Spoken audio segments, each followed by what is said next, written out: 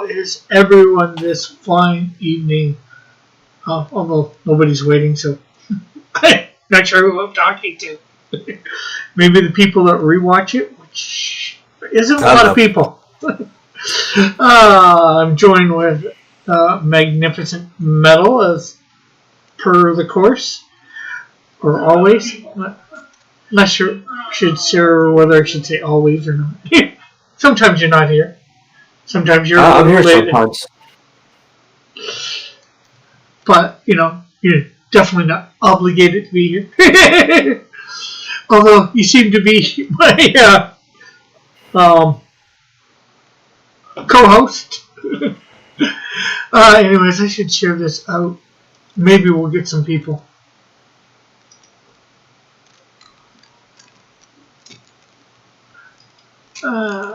And how, I'm just sitting here enjoying my banana pudding, okay?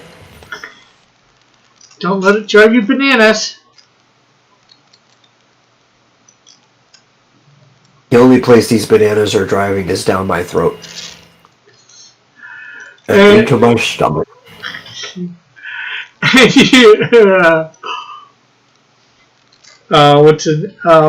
Eagles on a campaign that you and Alric are addicted to your righteous. And you need to be free. Well, if you believe that, then he's a pretty bad detective.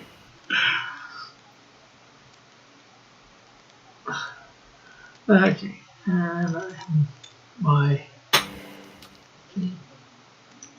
Discord. I just told him no you. But that's the proper response. It doesn't matter what the person says. Even if it's not something that can be thrown back at anybody, you just say no you.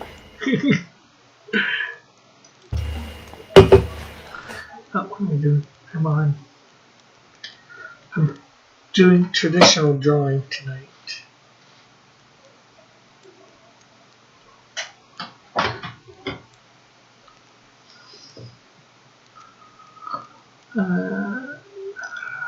Doing my character Dust Angel. I'm going to use a Trigon pose too.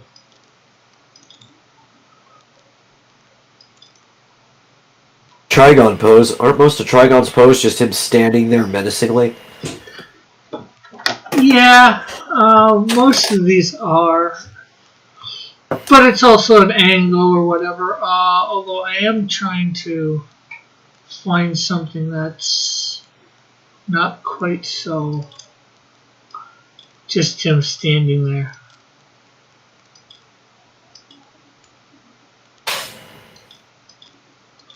I got something out of DC Universe Online.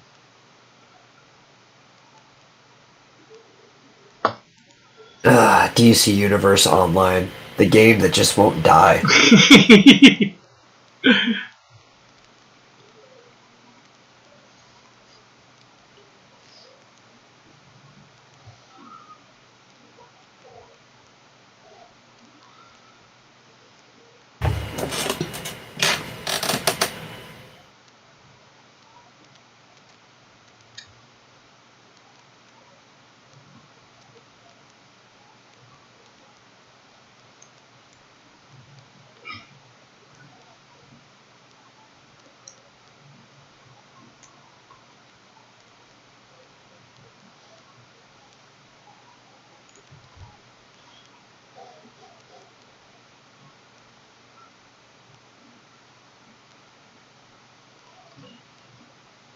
I should probably put this over a little. Thought I'd put it over. No. So, who are you drawing again? You said Dusk? Dust Angel. Dust Angel. What can you tell me about this character? He is a demon. Don't got his profile up on my site for some reason. But let's see whether I actually have it. There are a lot of profiles on your site that even the ones that are up have nothing on them. Yeah, I gotta start fixing that, and I'm slowly working on it. Not as fast as it should be. Okay, I actually do have. Can actually write. Do have. Well, he does work with sort of with my character. Dust, although behind the scenes, and Dust doesn't really know about it. Well, that's rude.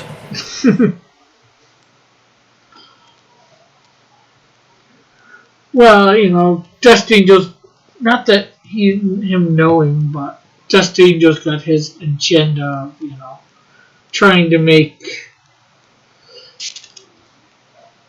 Marvin Curtis, aka Dust,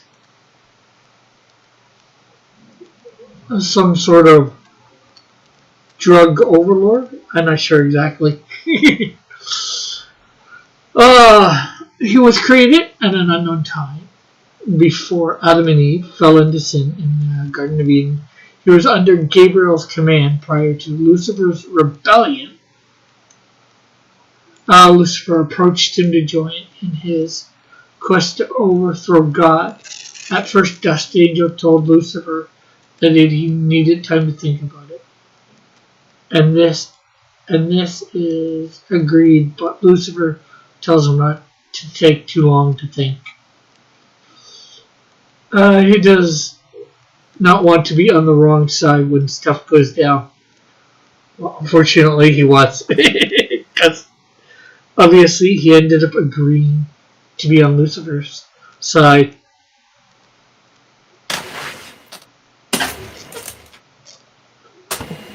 Needless to say, as I said, he joins up with Lucifer. When he does, it's wholeheartedly. After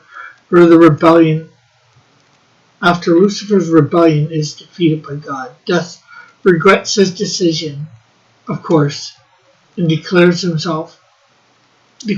him that if he is to be damned, that he might as well make everyone else's life miserable as his is now. Bullet says Angel Dust. Yes, Angel Dust. I just reversed the words. Dust Angel, Angel Dust.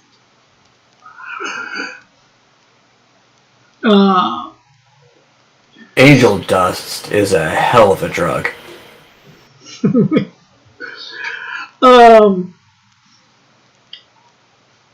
Let's see. Soon after Lucifer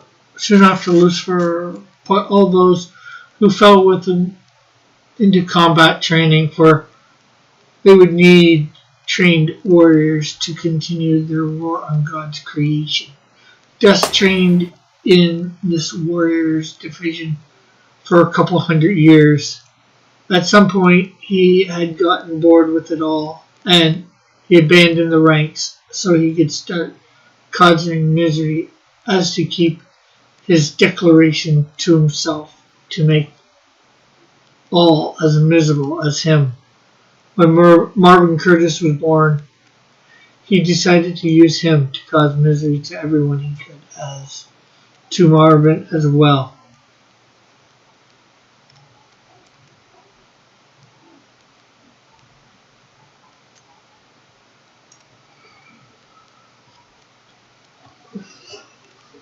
Although I missed, a few thousand years there, what he was doing, but, he was causing misery, right? If you say so. I mean, you would know, right? Or at least you should know. Well, these are stories that I can, I have that I can make, some future point if I want to. I got it to where I could write the stories that I want to at the moment with them. So, Dust has a hypnotic power he can use via his eyes. With his wings, he can achieve flight, as most supernatural beings do. He has a supernatural strength. He also has supernatural speed and agility, and he is also a master of manipulation.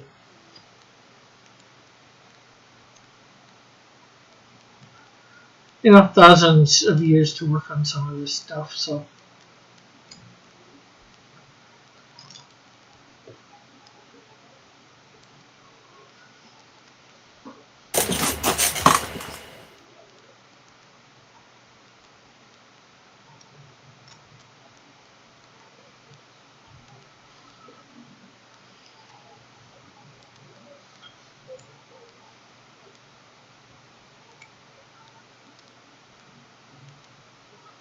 Um, I actually have written like 2 or 3 scripts with him in. I think the first one was the first one with the flame or the Canadian Shield. I'm not sure.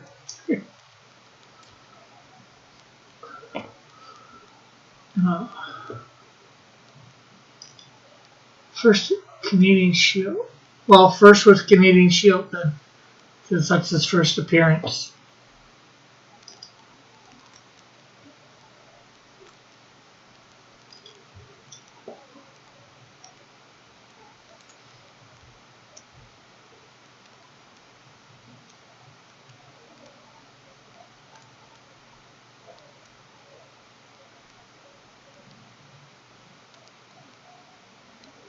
Which Canadian Shield does he appear?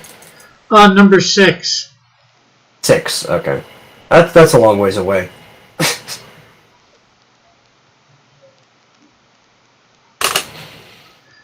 It's long, but it's not, depending on how fast things go.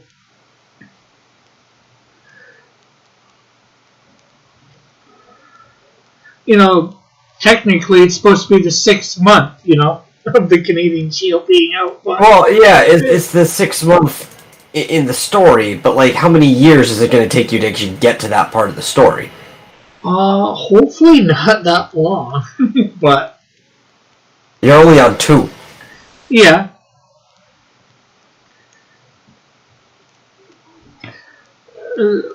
Fortunately or unfortunately, it depends on how well my Indiegogos do.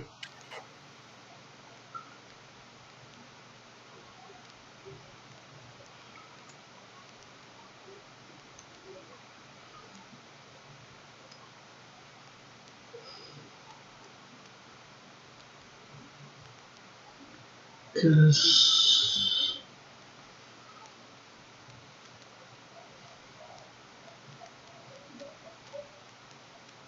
even if I got a job and paying for them, it'd still take a little time, but you'd still have to.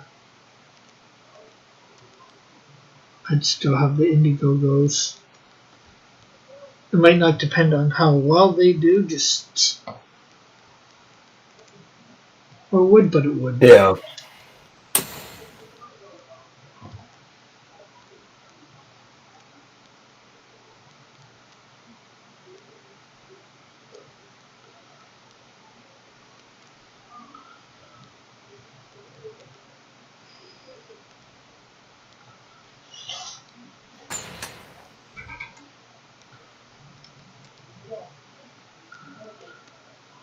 Hopefully this next one goes better than the last.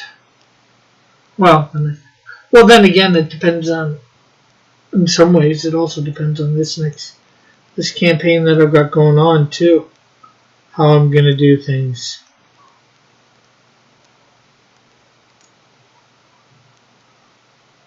Whether Indiegogo to me will be an option.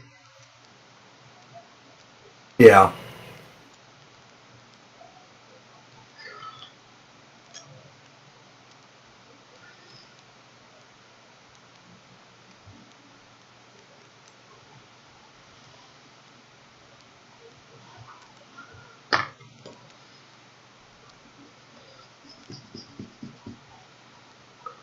Hopefully it will be though.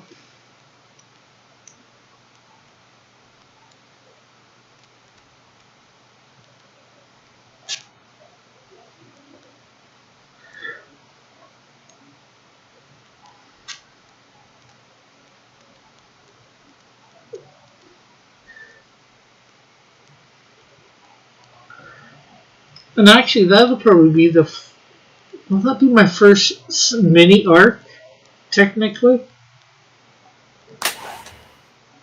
Because, this character here will be connected to the character in the issue 5, which is Dust.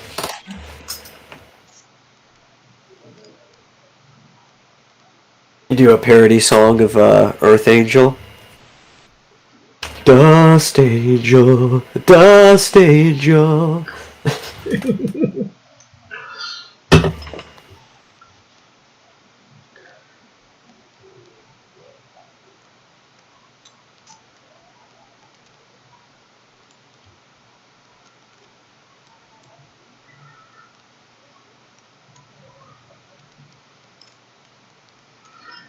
Yeah, that could be neat.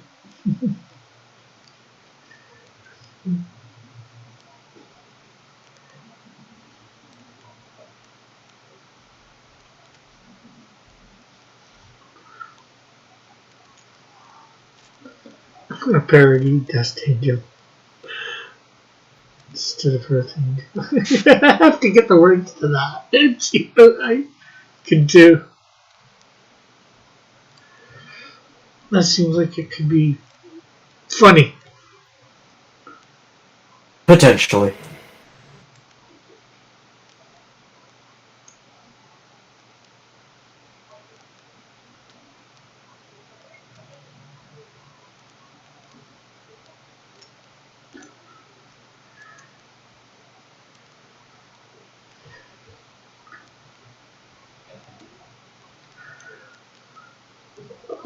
So how are you doing since this afternoon, Bullet?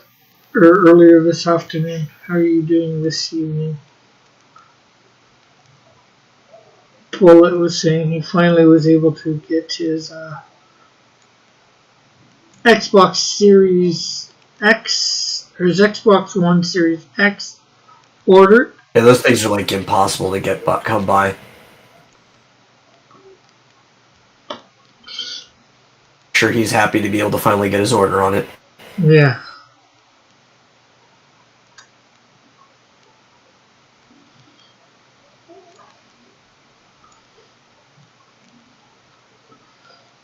Yeah, that and the PlayStation 5.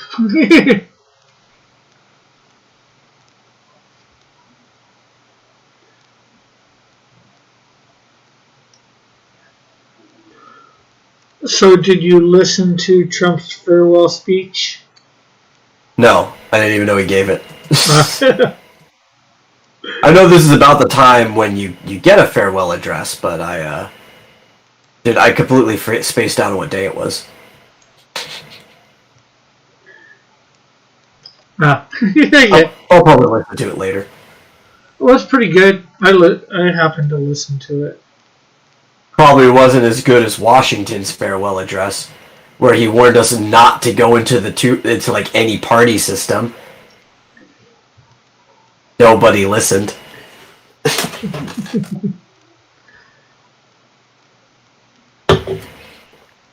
You've seen what parties have done to Parliament. You do not want that curse on our country. Immediately after he leaves, the next president, with one of his other founding fathers, hey, do you want to maybe start a rivalry with two different parties? Dum da dum dum dum.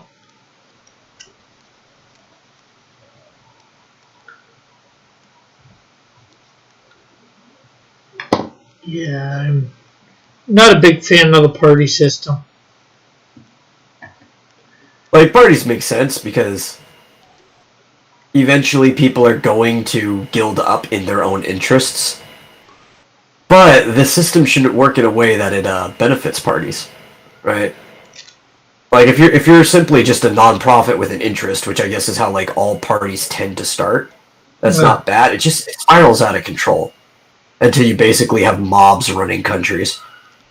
Marsupial says, why is Dillard deciding to become a real estate Mongol all of a sudden? I'm not sure what you mean. He wants to buy 2 acres of land in the Final Fantasy RPG. Oh, yeah. You know how much 2 acres of land is? Like, on the board? Like, how much that is and what that's gonna do to me? Well, you can just, start it little bit by little bit, right? No, I have to give him his 2 acres. That's 59 squares by 59 squares. That's slightly bigger than any of the small chunks of Hanister I've shown you, which are all 50 by 50.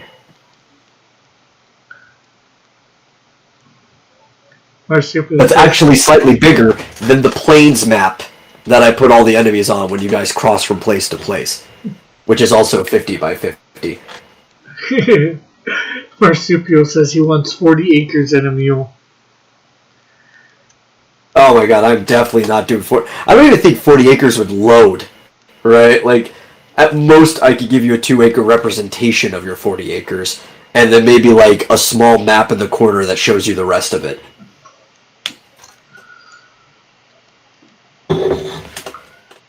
Well, the thing is, you could just probably copy your plains map, put it a little bit bigger. Add the squares on the Oh no, for the most part, that's what I'm gonna do. I might rotate it so the hills are different orientation, but it's basically going to be the plains map, at least the background. But I have to like make it a unique area, so I have to put like the trees and the rocks and stuff in different places. And I have to leave it as a Photoshop map, because what if he decides to remove trees or rocks? So I at least have to leave the trees on their own layers, so I can make a fixed version of the map for him if he removes them. Yeah. And then delete the one that's in the game, because a JPEG is the only type of picture that's small enough that I can actually put it in. I can't put like a TIFF file or anything like that. But regardless, I think I'd still have to delete the version of the game and then re-upload the new one and put everything exactly where it was.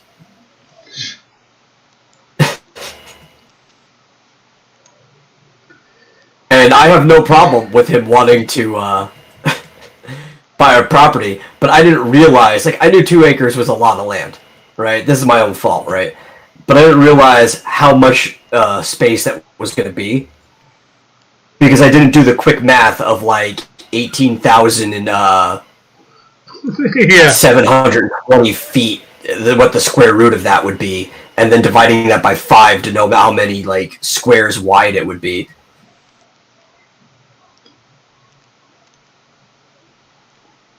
I should be like, I'll give you 1 acre.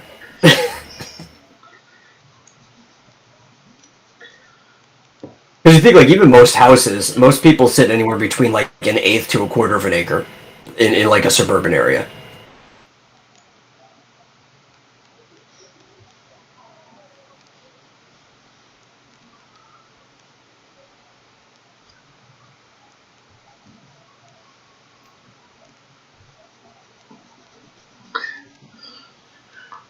Why is he buying any acres? I don't know. I don't know. I don't know what he's gonna do with it. Maybe he'll build a dojo on it. Who knows?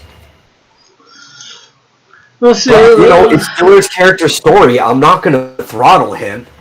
I'm gonna start making it really difficult for him to do stuff with it. Like, the land are cheap. Taxes will actually probably be more than what the land is worth, to be honest. But,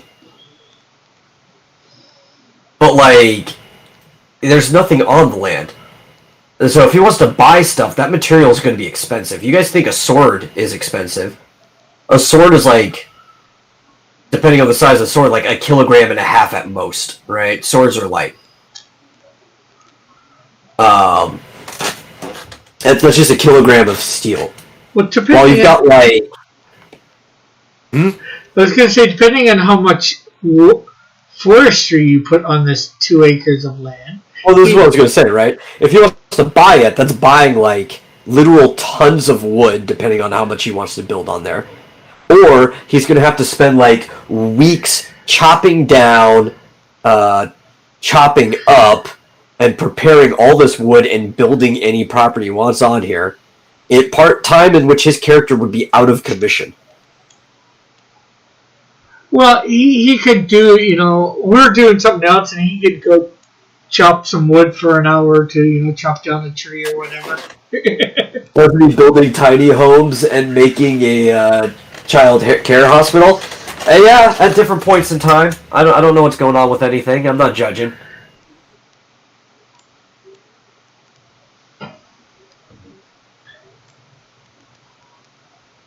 Life happens.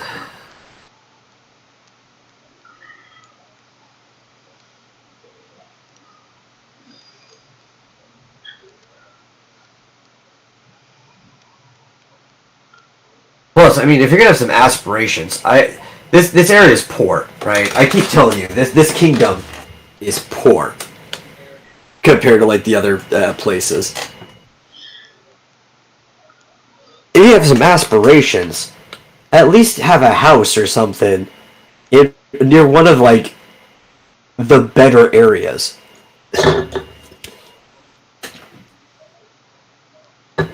Like, this is the equivalent of, I want a nice property just outside of a big city so I can go to town, make a lot of money, but then escape away, and deciding to move outside of Detroit.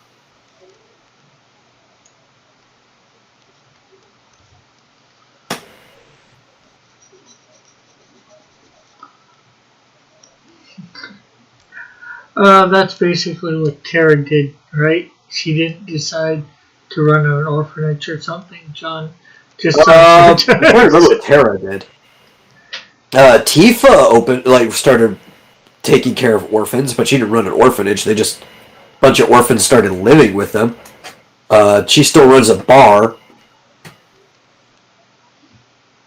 I guess taking care of orphans wasn't so bad when you've already got Barrett's daughter there all the time, because Barrett decided to go work on oil rigs. It makes sense though, right? They're eco-terrorists that are now drilling oil because it's still a cleaner way of getting energy than digging straight into the planet's life stream.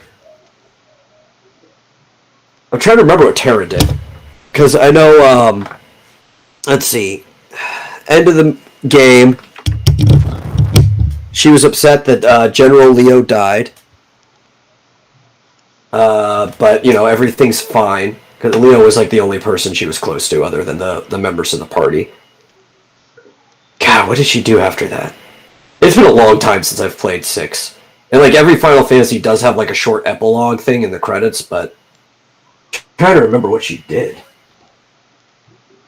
You find Tara taking care of orphans, and you're like, oh, no, this wasn't even the epilogue. What she was doing, after the world ended. Was that an orphanage? I thought she just found herself with some orphans. I guess you could say that's an orphanage.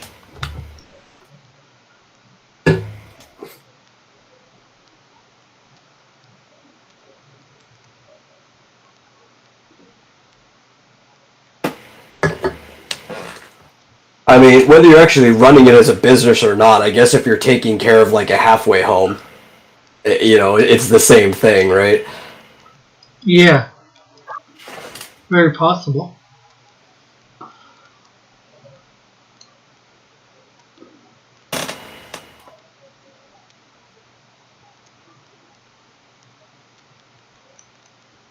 I mean, I would mostly assume if that's what she was doing halfway through the game, that's probably what she went back to doing afterwards, too.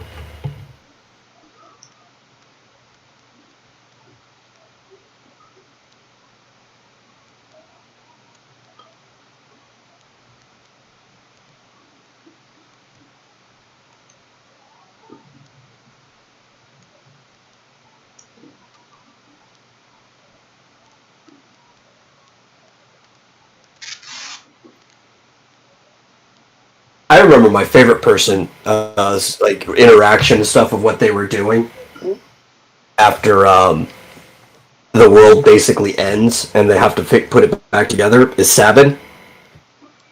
It's got such a funny name, because Sabin, the English name, is actually cooler, because the Japanese name is just Fists. Because he punches people. But, like, he's actually in a town, and when Celeste meets him, they're like, dealing with a burning building. And she's like, Sabin, you're alive. And he's like, you didn't think a little thing like the world ending was gonna get rid of me. Just that attitude. He, like, holds up a whole house that's on fire, too. Just over his head, like, he stops it from collapsing. But that really doesn't surprise you, because earlier in the game, he suplexed an entire train. Sounds like he's super strong. Oh, that's nothing. Final Fantasy characters scale like anime characters, man. but it makes sense because they're supposed to be like myths, right? You know, like Herculean characters and stuff like that. Like you should see some of the crazy scaling from different characters in Final Fantasy. Terra herself has crazy scaling because she is half Esper and can go into a trance to unlock her Esper state. And so I think some people lowball it because they're going off of like how fast things look with the game engine, and the game engine's limited. But these are also characters that have literally dodged lasers, and lasers move at the speed of light. But you have like Kefka and Terra having like a DBZ style fight in midair at one point in the game. Like there's like a cinematic going on. And they're got to be moving around at least at hypersonic speeds, if not FTL, because again, these are characters that can dodge lasers. Yeah. And even have a character, I'm trying to remember which one it was, but there's a dude who gets swallowed up by a fissure, right, like an earthquake or whatever, and literally pushes the fissure aside to get out of it before it closes back up again.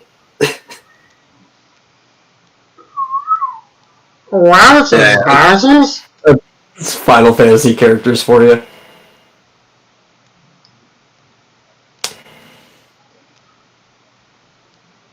In Final Fantasy VII, when the Bahamut comes flying in, before it uses Hectaflare, which is like its ultimate type of move thing, they had to give it a bigger one in 7 because Mega Flare is actually just usable in 7 by certain people. Like Sephiroth can use Giga Flare and everything, so the Bahamut needs something even bigger.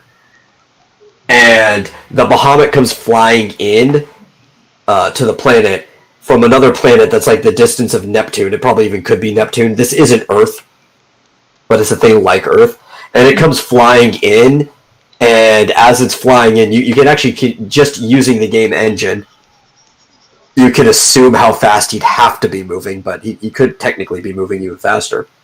Yeah.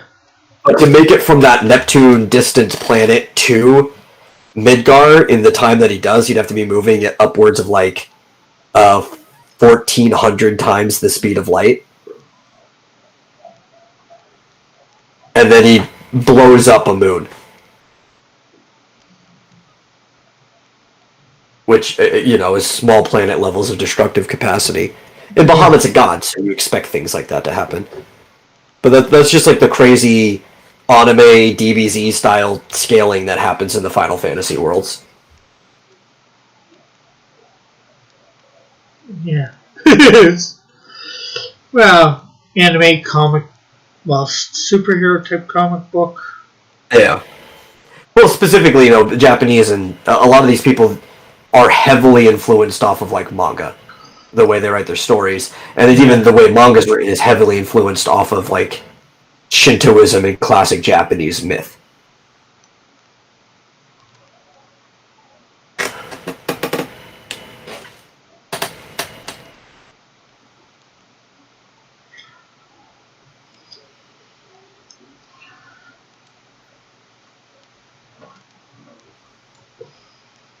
Of course, Final Fantasy specifically is influenced by almost every mythology. Like, you can literally find stuff from every major world mythology that has been popular in any form of media in the last couple centuries.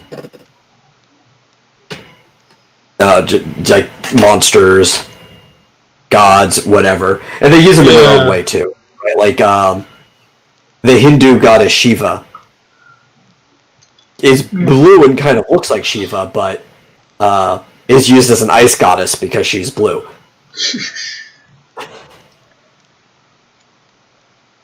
You also have Ifrit in there, Roma, even Bahamut is a mythical being.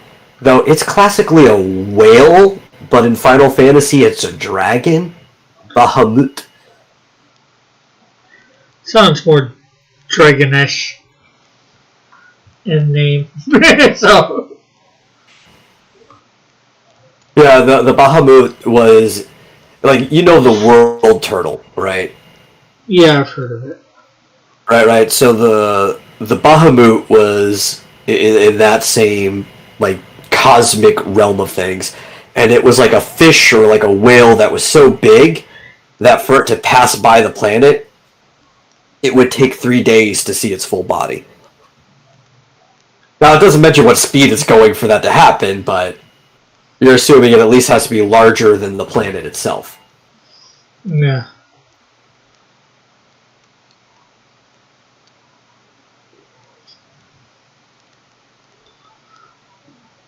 Leviathan's in it as well. You fight behemoths at certain points in time.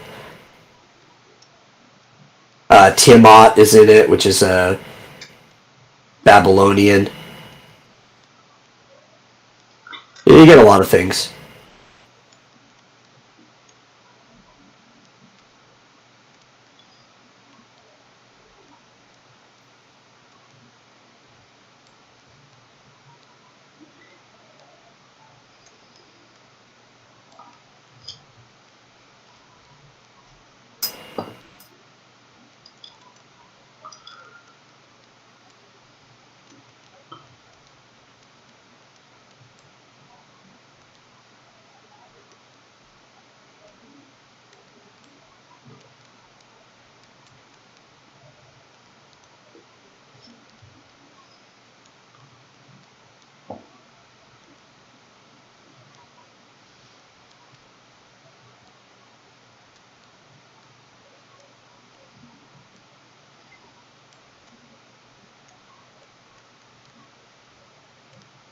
Why does he look so sad? I don't know. Well, because he's miserable, right? Well, I guess. Doesn't mean he has to show it.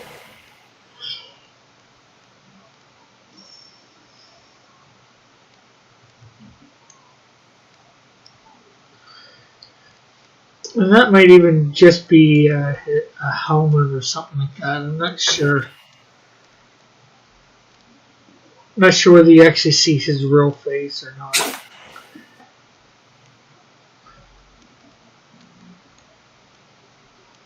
He was just told he couldn't buy 2 acres of land. That's why he's sad, according to Marsupial.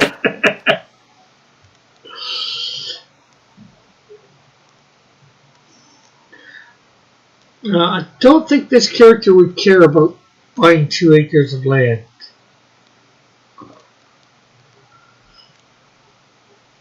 He'd probably get enjoyment of making somebody else's life miserable by telling them they couldn't buy 2 acres of land. No, he would buy 2 acres of land literally right next to somebody so that he can, like, mess up their sleeping schedule and make their life miserable. Yeah.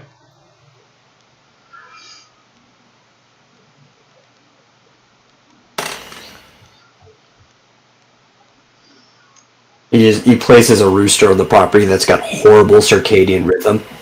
Crows, like, 3 hours before the sun comes up every single day. Yeah. His motivation, as I said, was to make everybody miserable because he's miserable.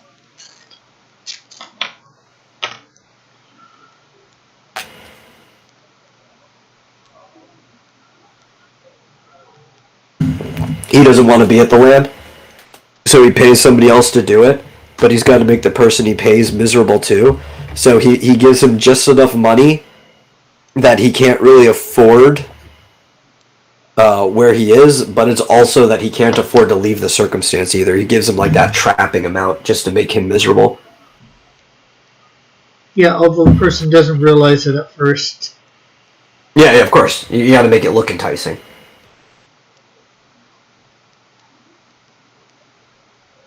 Oh, hello. Hey, Arlene, how are you?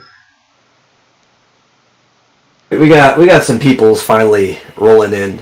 Yeah. Took a while, but Bullet obviously was the first one here, then Marsupial. I don't think anybody's sending out notifications for it anymore. They have to wait till like it pops up in their sub box or something if they actually come and check because they know the time. Yeah. Like I haven't been getting notifications.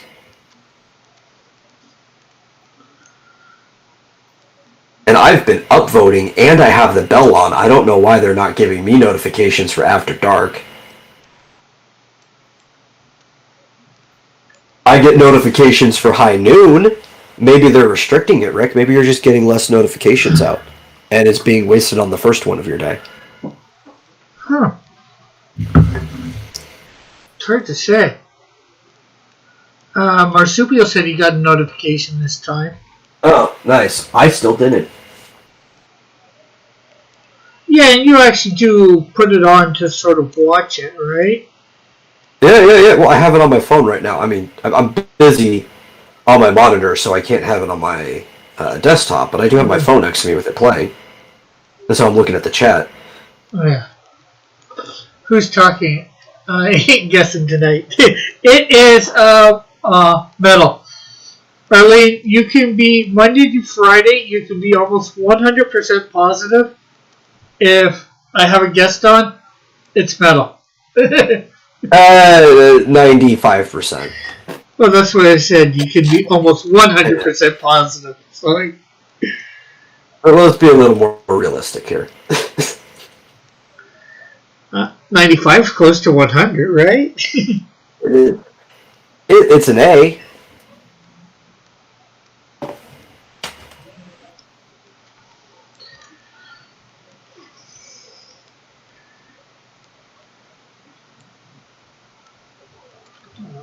Have to. Yeah. Oh, no, she ain't guessing tonight. That's funny. And we are still stuck at the $83 or $183. Sorry for. Hopefully, we soon get. I'd like to get to the halfway mark before. Actually, I'd like to hit the 500 mark, and then of course that's Canadian too, not American. I'd like to hit my mark before the 20 days is up.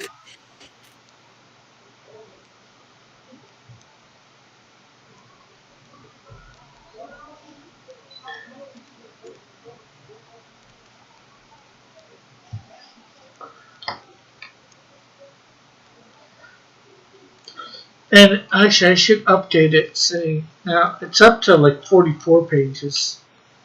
I just gotta decide what the couple of them are.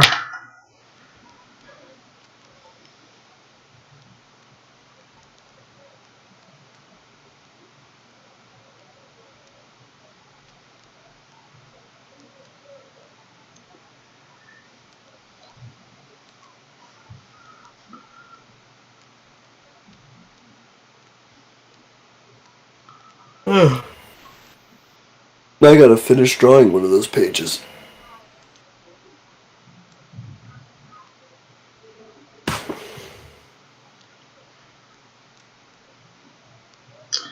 Yeah, let's check to see whether that Space Gallery is.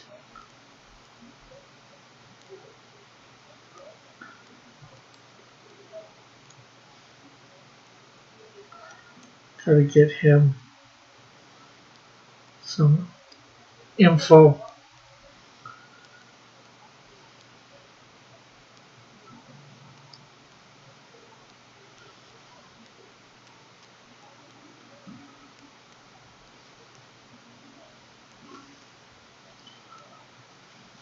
Yeah, that's funny. What? I was looking at my Switch friends list, and one of my friends who went on a rant about Final Fantasy VII.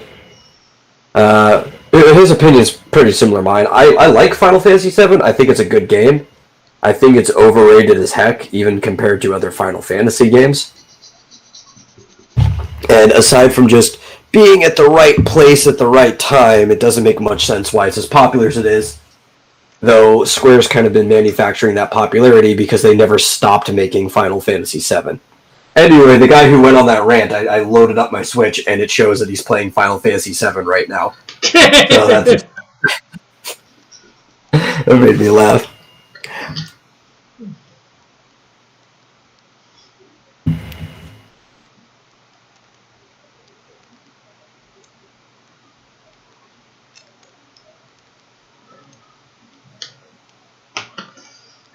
Yeah, I can see why that made you laugh.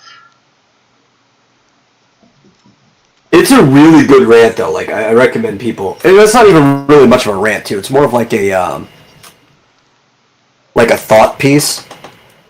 Like, it's on his podcast. It's Senpai's Soapbox, and it's kind of like him thinking through why Seven's as popular as it is. And I really like it because me and him, we share a lot of the same opinion on this. So I can personally recommend it, as it would give you a clue to what I think about the game as well.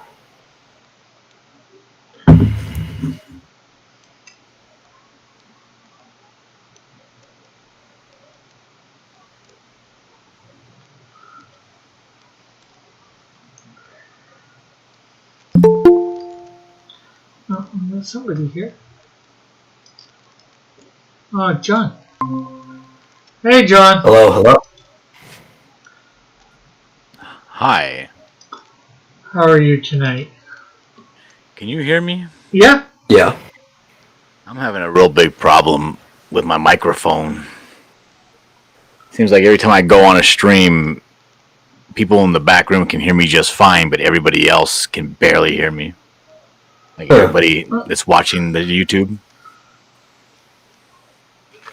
Okay, that's weird. I think it is too. Oh, your mic was a little quiet at first, but like halfway through that sentence, it kind of boosted to normal volume. I don't know. Maybe my mic's ready to give up the ghost. Thinking you have to replace it soon? I don't know what it could be. How is it out there, everybody? Can you guys hear John all right? Like I went on this guy's show, Adam Post. Oh, yeah, I remember. And I was like, hey, guys, what's up, whatever. And he was like, wow, that's really loud. I don't know if he, like, muted me or lowered my volume, because I know they have the ability to change stuff about their guests on StreamYards. And it kind of stays with you until you change it or somebody else changes it, you know?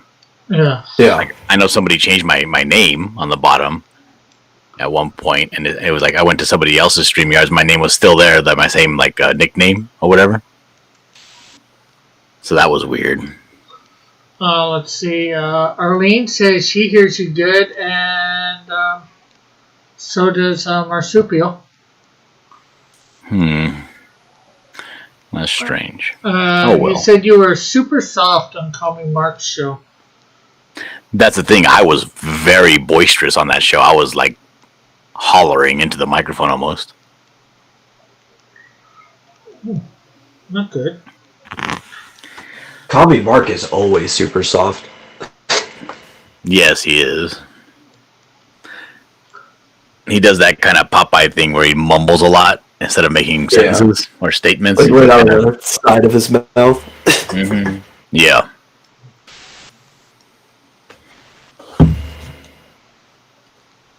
He's clever and he's funny, though. I like him. Yeah. He's a cool dude. Yeah, he seemed pretty good when I was on with him on your one show. I think your closing out show or your going in demand show, whatever you want to call it.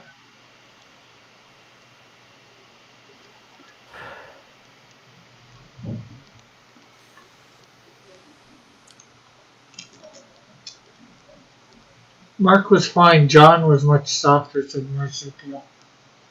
Well, no, I understood that. I'm just saying Comedy Mark himself is always super soft.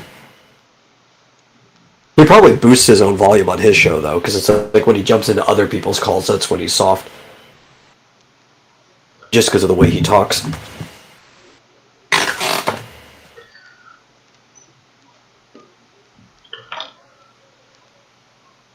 Yeah, you know, I couldn't rightly say. Who knows? Yeah. Only he does. Possibly.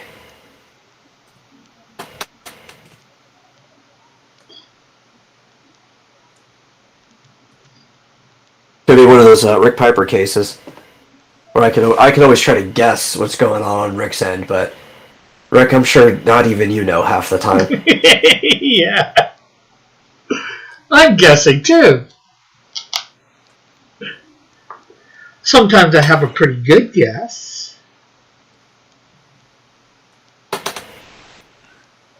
What is with these boots? They're like conforming around his like weird shaped feet. Yeah. If his feet are that weird shape, wouldn't it be better just to like, I don't know, cut off at the ankle or maybe just wrap around the like arch of the foot and leave everything else bare? You could.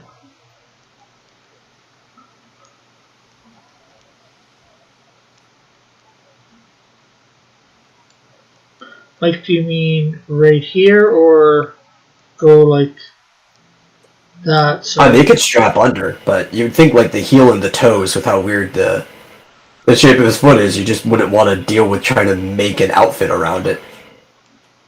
Plus, those are probably claws, right? Like, wouldn't you want to be able to dig into somebody with them if you're a bad guy? yeah. I'm not sure if they're claws or what. But yeah, I get your point for sure. Well, then they're perfect just the way they are.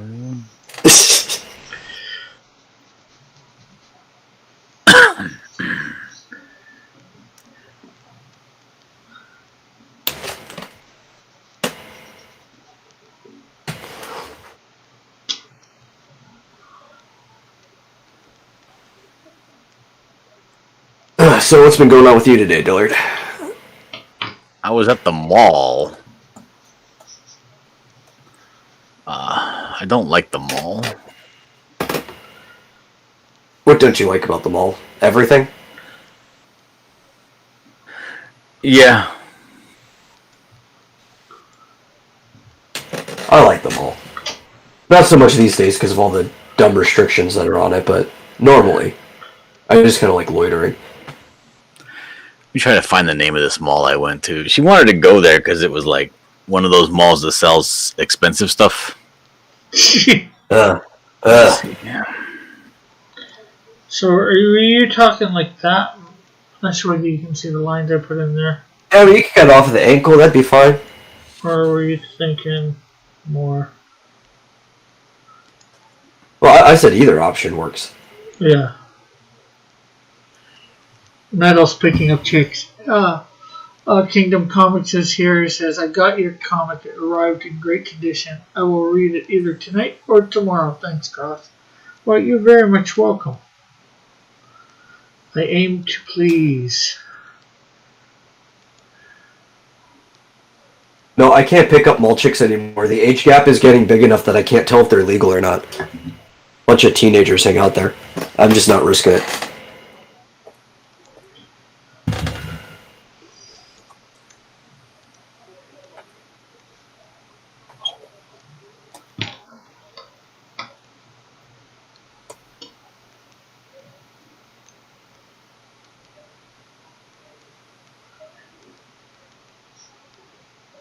But the mall is good for people watching. That's one of my favorite things to do there. But I hate the rich malls. Like there's a really rich mall where they sell like a lot of the high price stuff in the North Dallas area. And I always had friends that wanted to go there. I was like, I don't want to go there. That place isn't fun. I'd rather go to our junky suburban mall. Yeah, we've got. Yeah, it was like just up the 405 freeway, heading north, right where it breaks off from the 5. I don't know what it's called. It might be called the Irvine Spectrum Center. There's a bunch of different structures inside of it. But it's one of those places that sells super fancy stuff. Because we were going to get her mom a purse for her birthday. And it was the only place that has that purse. And it was, it was awful.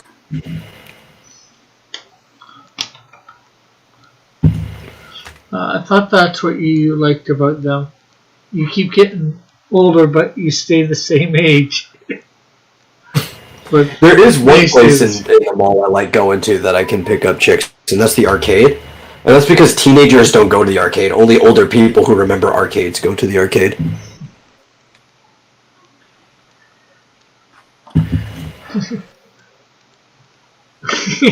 Eagle says, free Rick, free Marsupial, Eric, and free metal. What about John? Should I free John too? Eagle? Does he have a wrench? Yeah, I gave him back a wrench the other day.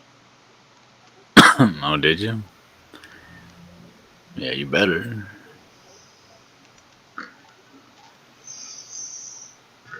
And the wrench says Eagle. I think it's basically if he can't have one, he wants nobody else to have one. Oh, well, I don't even think it's that. I think he just wants nobody to have one. Because if you give his wrench back to him, he's just going to start timing people out again. Yeah, that's why I'm not giving him his wrench back. And yet on other people's channel, he just uses it to post links. They post links here too. This is like the only mall I ever seen like a Patek Philippe watch store in. Wow. I don't even know what that is. It's like a really expensive watch company.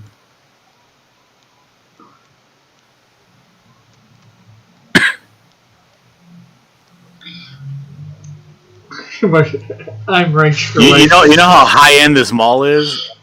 Like the store, Tiffany and Company went out of business. Nobody went there because it was too low class for them. Wow.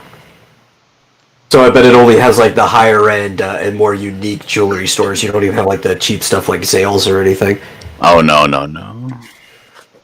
Zales, what are you, homeless? Hey, that's the type of cheap stuff at the mall I like going to. I'm never shopping there, but there's like 2 jewelry stores. Zales is one of them. I think the other one was at K, I think. Okay. Yeah. Zales, Jared. All that cheap corporate stuff. All that cheap junk. All that junk is cheap. It's just that name. Yeah, recognition. But those are the malls I like hanging out in. You get that not too dirty, like they try to keep it clean, but you know the tables might end up being sticky style food court. Uh-huh. Yeah. Yeah, where they got like the Sparrow pizza and the McDonald's limited menu kind of garbage. We don't have a McDonald's. We got a Sonic Drive-In. That's not actually a drive-in, but they still have the word drive-in on their logo because the shit comes with it. Arlene says, when my son was little, he loved arcades. My grandson looked at me like I'm crazy when I mentioned arcade. Why would you go there? All the games on the phone, Grandma. So I think like no teenagers hang out there. I think like the youngest person I'll ever see at the arcade is possibly 23, and even that's a stretch.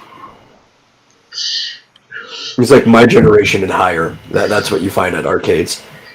You would say, well, I'd say one of two things. Because the phones weren't on the games, or the games weren't on the phone,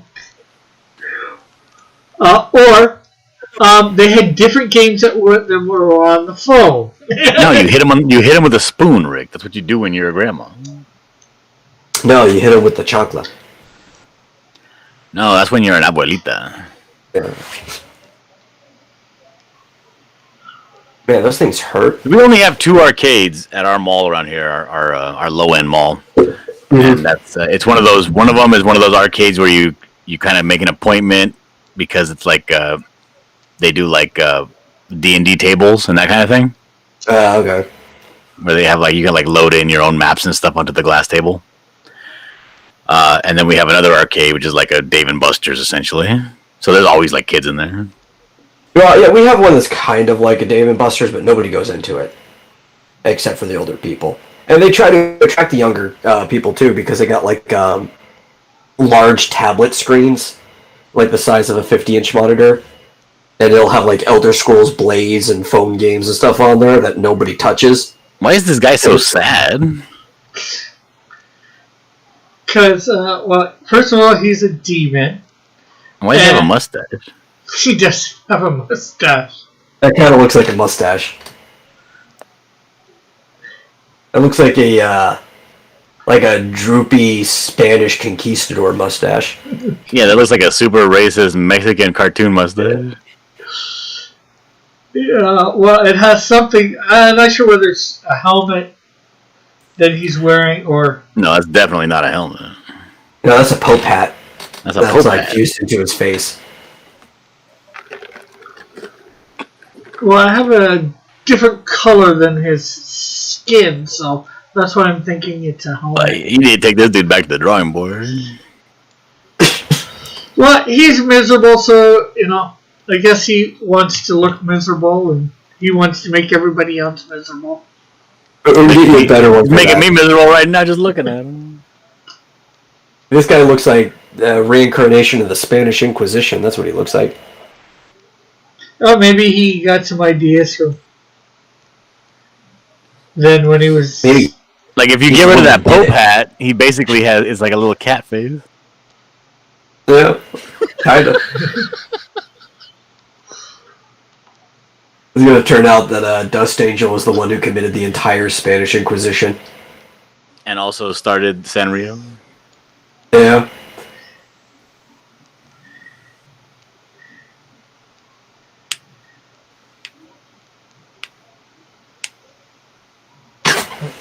Marsupial says, we discussed that. He's sad because he was informed by me that the last 2 acres of land were bought by some rich monk who cheats at tournaments. No. I don't think demons want land on terra firma.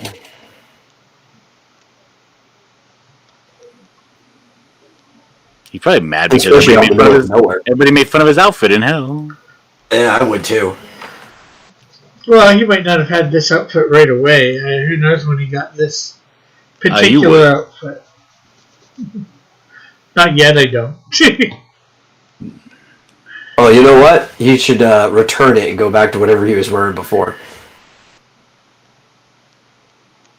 Yeah, how come your demons don't look like demons? Because I don't want to do the typical looking thing. Wait, is he actually a demon or is he a fallen? Well, I would say demon. Fallen angels and demons are synonymous in Christianity, I would say.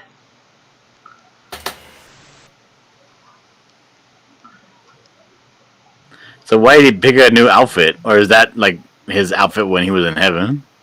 No, I wouldn't say this is his outfit when he was in heaven. I'm sure he's changed his look. Because a I little know in your over. universe, heaven hands out standard issue sleeveless vests. No. That's what you're missing. Those shoulder pads should totally be fixed to a sleeveless vest hanging over the rest of his outfit. I mean, these are your rules, Rick, not mine. Hey, they aren't my rules. I have lots of angels and demons, and I think only like 2 of them have sleeveless trench coats, maybe 3. That's right, they're sleeveless trench coats, not sleeveless vests. Well, I think by default, then all the demons should have sleeve vests because they're not angels anymore.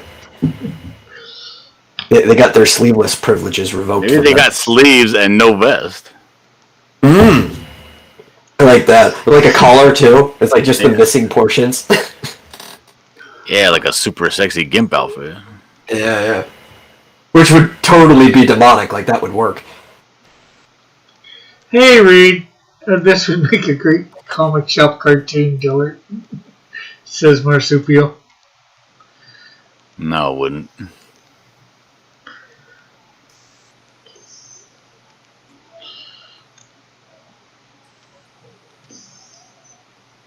Man alive. It took an hour to get to that mall and an hour and 15 to get back because of traffic.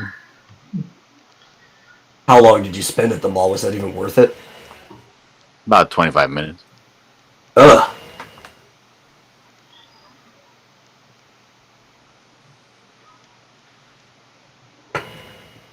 Like, I don't know what happened at these places are so out of control. Like, they had security everywhere. I don't know how, because the majority of these stores, nobody was inside of them. And you can't tell me that, the profit margin on their products from the 2 sales they have during the day, makes up for that extremely high rent that's got to be in those super fancy malls. You know what I mean? Oh yeah. Yeah. There was a lady standing there by the elevator, cleaning the elevator every time somebody used it.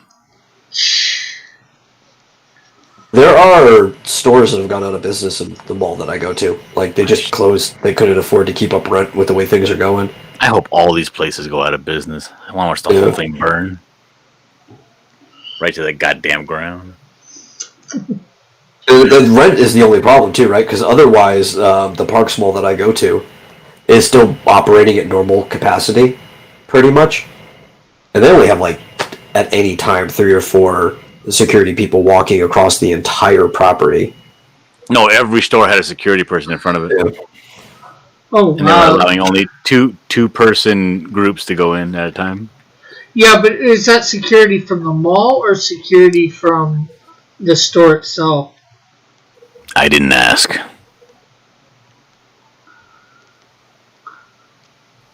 They all wore the same thing, so they must have either all got together and paid for a certain company to come in, or it's the mall security. Who knows?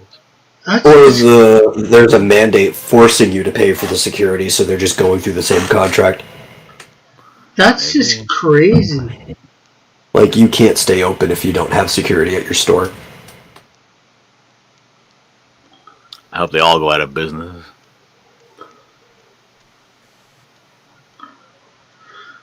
Well, There's quite a few stores I wouldn't mind seeing go out of business. There's some smaller, like, mom and pop shops in the mall that I actually like. All And of it's them. really sad to see that they might go out of business because they can't afford things. All of them go out of business. Bunch of bastards. John, you're really nice to these people. You want to see everybody out of work? That's right. Well, how can you arm a revolution if everybody's got jobs? They'd be too busy. Exactly. When am I going to get the opportunity to, like, shoot people and steal their stuff if, like, the world doesn't end?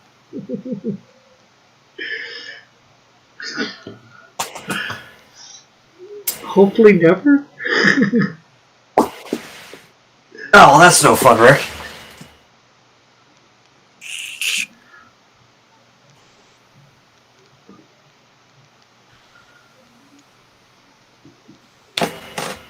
There was a store. I took a picture of it. Let me see if I can pull it up real quick. Let me find the name of the store.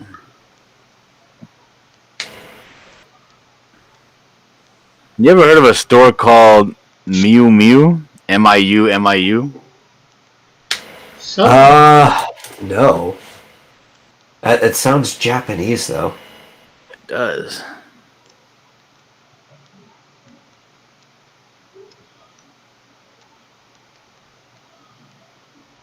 Oh, it's Italian. Okay, well, that makes sense, too. They have a lot of weird sounds like that.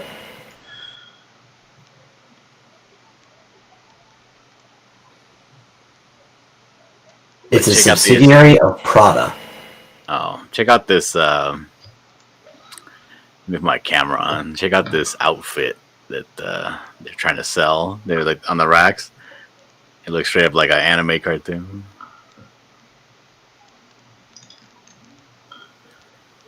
All right, there we go. Look at that. Yeah, that definitely looks like stuff you'd see in like an anime. here, hold on, John. I want to show everybody. There we go.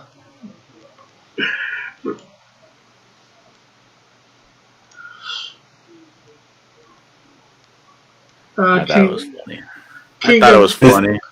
The type of outfit that it's a little too girly to actually be the tomboy protagonist, but nobody who writes these things know what a tomboy really likes, so that's what they have them wear. Kingdom Comics says, I know here in America their biggest problem is dependency on all the corporations and governments. Eagle says, Rick, when will you start making propaganda? Never. Arlene says, heaven forbid someone not wear a mask and maintain a specified distance. It's all a bunch of crap. My fanatical mask wearing friends still got the virus. Bullet says, the mustache helps funnel all that Angel does.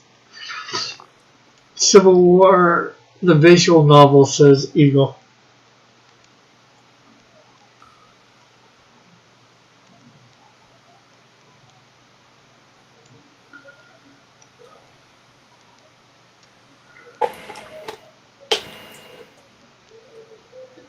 Oh no, Rick. What? I'm out of banana pudding. That's just bananas!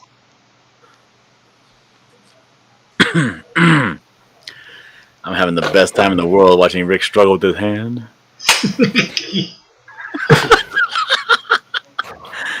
There's gonna be a hole in that paper if he erases it one more time. Should just give him like a big lobster claw since he's like a demon anyway. It would have been way easier to draw. Yeah, I've got one similar. Like him from Powerpuff Girls. He just got those big lobster claws. Mm-hmm.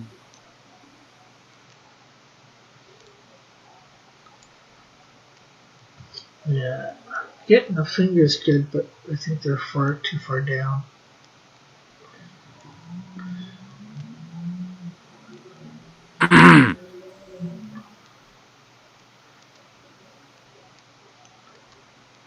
I like how, because he's supposed to be the devil. They call him because they're not supposed to say his name. Powerpuff Girls, one of their enemies is literally just the devil. That's great. But isn't the devil in that show still just like second class to Mojo? I guess in ingenuity, him is considered like the top villain out of all of them. Yeah. He's the most dangerous villain they have. And he's also super gay. Yeah. What would you expect the devil to be? No. I mean, that's what Tenacious D taught me. Well, the devil would know better.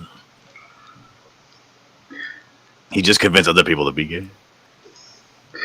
Well, technically, can the devil be gay? Because, technically, angels, demons wouldn't have a sex agenda. You do not even know that, Rick. Calm down. Technically. With your technically, it's like you got facts. Well, here's the according thing. to scripture, Break down some facts about angel anatomy. Get out of here. If angels started playing with each other, wouldn't it be gay by default? I mean, it's angel on angel action. That's pretty same or homo.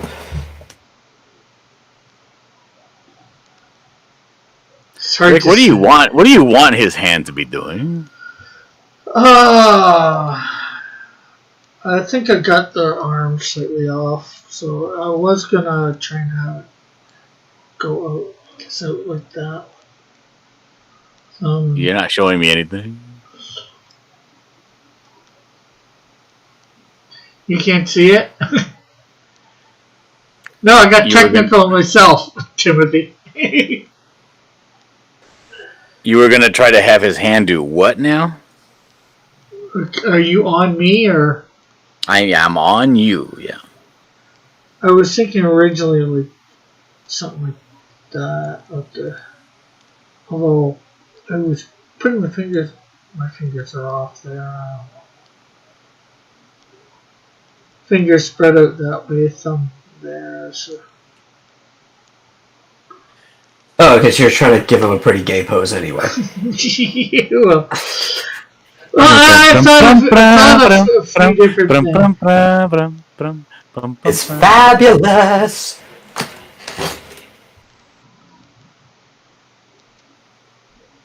Next thing you got to do is throw some glitter and sparkles on them. I'm not sure what I want to do. Maybe he's doing hand. like a windmill gesture with his other arm, and he's throwing the sparkles himself. Oh. That would be pretty miserable, right? If you're trying to make people miserable, throwing like glitter at them, like that stuff takes forever to get out of anything. What is up with the shape of his head? Well, he's a demon, so it's either deformed for whatever reason, or it's a helmet. Timothy. Or maybe he just doesn't have a form, and he's just filling out his costume. Maybe he just fell into like a lost and found bin, and this is what shape came out. I like that idea. Yes, an angel lost and found bin. He just crashed into like a Salvation Army, and when he rose out of the pile of clothes, this is what he looked like.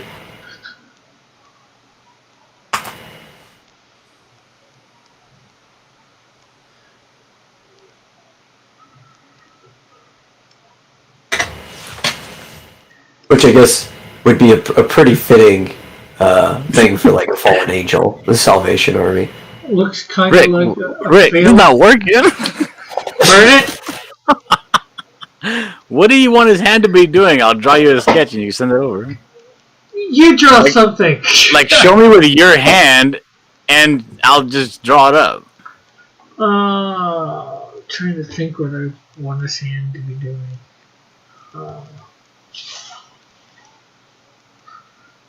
Something like that, maybe? I'm just trying to figure out the right angle with his wrist there. What I can do with that angle that I put myself into.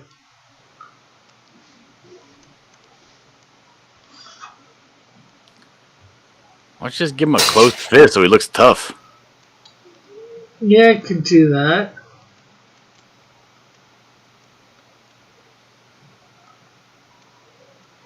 Makes it easier, that's for sure.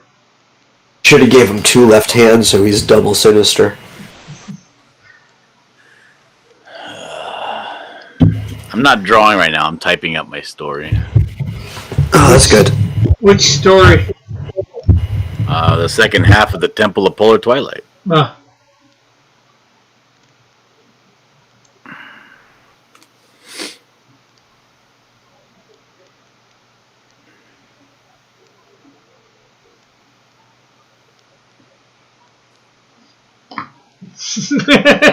Arlene says, "No, I want to see him erase more." She said, also said, in the crafting community, we call glitter crafter herpes. It's fantastic. My kid watches this show called Peppa Pig.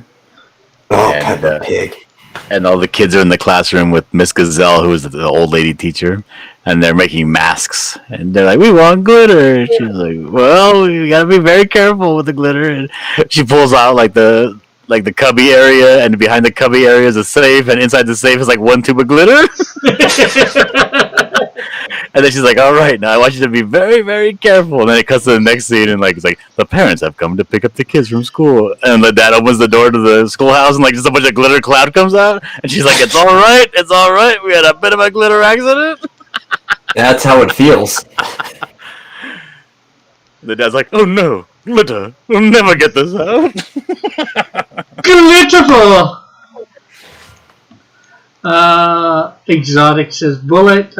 Eagle says playing Kingdom Hearts 3, Rick. Cool. Yeah, I bet this guy, Dust Angel, invented the glitter bomb just to make people miserable.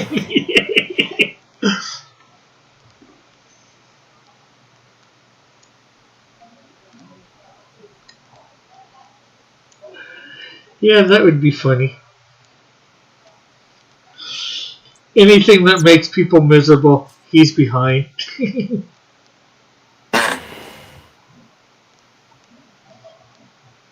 So he's behind the last 2 seasons of the Game of Thrones. Yeah. I bought some silver yesterday. Normally I buy the silver eagles, but I bought some of just the silver rounds because they have these ones with like an Aztec calendar on them. Okay. And they look super dope. They look like they look almost like like the gold from Pirates of the Caribbean. You know what I mean? Yeah. That cool design. So I got 2 of those.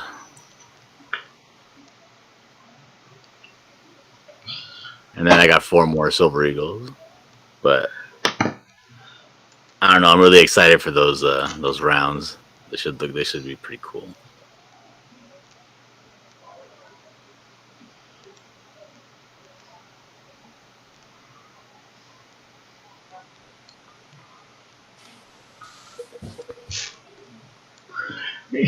Timothy says he wishes he could time me out for the design of this character. Maybe I should time Timothy out for saying that. Eagle says the wrench is destroying you, Timothy. Eileen said, someone ticked me off, so I mailed them a big bag of pink glitter. It's too late for me, Eagle. Save yourself. Well, you gotta vacuum seal the glitter into the envelope so that when they open it up, it bursts everywhere. Which I believe in some places is defined as a form of terrorism. No. Whoever those places are stupid as all hell. Yeah, well, welcome to the world.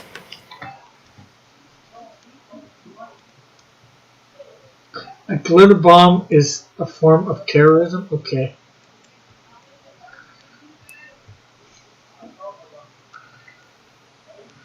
Rick was drawing Eagle earlier. No, I was coloring Eagle earlier. Alright, this is the one I was talking about. I just posted it in the chat. Oh, look. It looks super cool. I want it real bad.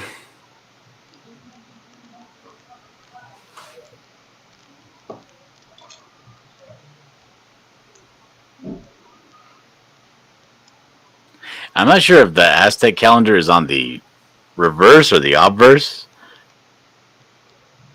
Oh, yeah, that's pretty cool.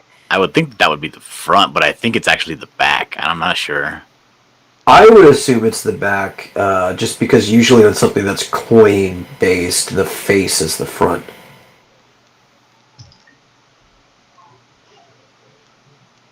Both sides are cool, but yeah, obviously the calendar looks way better. Yeah, that's what I'm talking about. The other side actually looks cool too, but it's not as cool, but certainly cool. Yeah. That's actually not a bad price either. Yeah, this is they don't charge too much over spot, but so that's why I go. Yeah, I mean, it looks like materials like because $4 to $5 over spot. Yeah, materials, printing, and actually looks less than 5% profit on top of that. Mm-hmm. And this website is like very trusted. This company. And they take Bitcoin. Yeah, you even get a better price if you pay in Bitcoin. Yeah. Oh, at this point, it's worth more than money. Timothy says, where would you put it, Dillard? Where would I put what? The Aztec calendar thing? In nature's pocket. Where wouldn't you put it? That's the real question. I put it over my eyes. They float down the river. On a buckler. Right there in the middle. So, I guess it's only the size of a coin then? Hmm? The Aztec calendar thing, how big is it? It's a 1 ounce silver coin. It's about like, I don't know. Silver dollar? It's like, see, about the size of a $50. Like the what is that one? The Kennedy? Yeah, that's what it looked like, was a $half size. Yeah, it's about that. A lot of collectible coins like that are about $half size. Just big enough that you could actually display them. Yeah. Well, I have a $half right here. Let me show you. As you can see it in my very tiny hands, and you can make fun of me. Turn on my camera. Okay, so this is like a $half size that you would hold in your hand. It's about like that.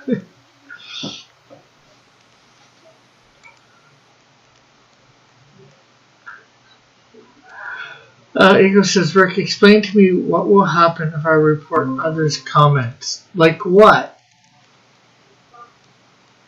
What?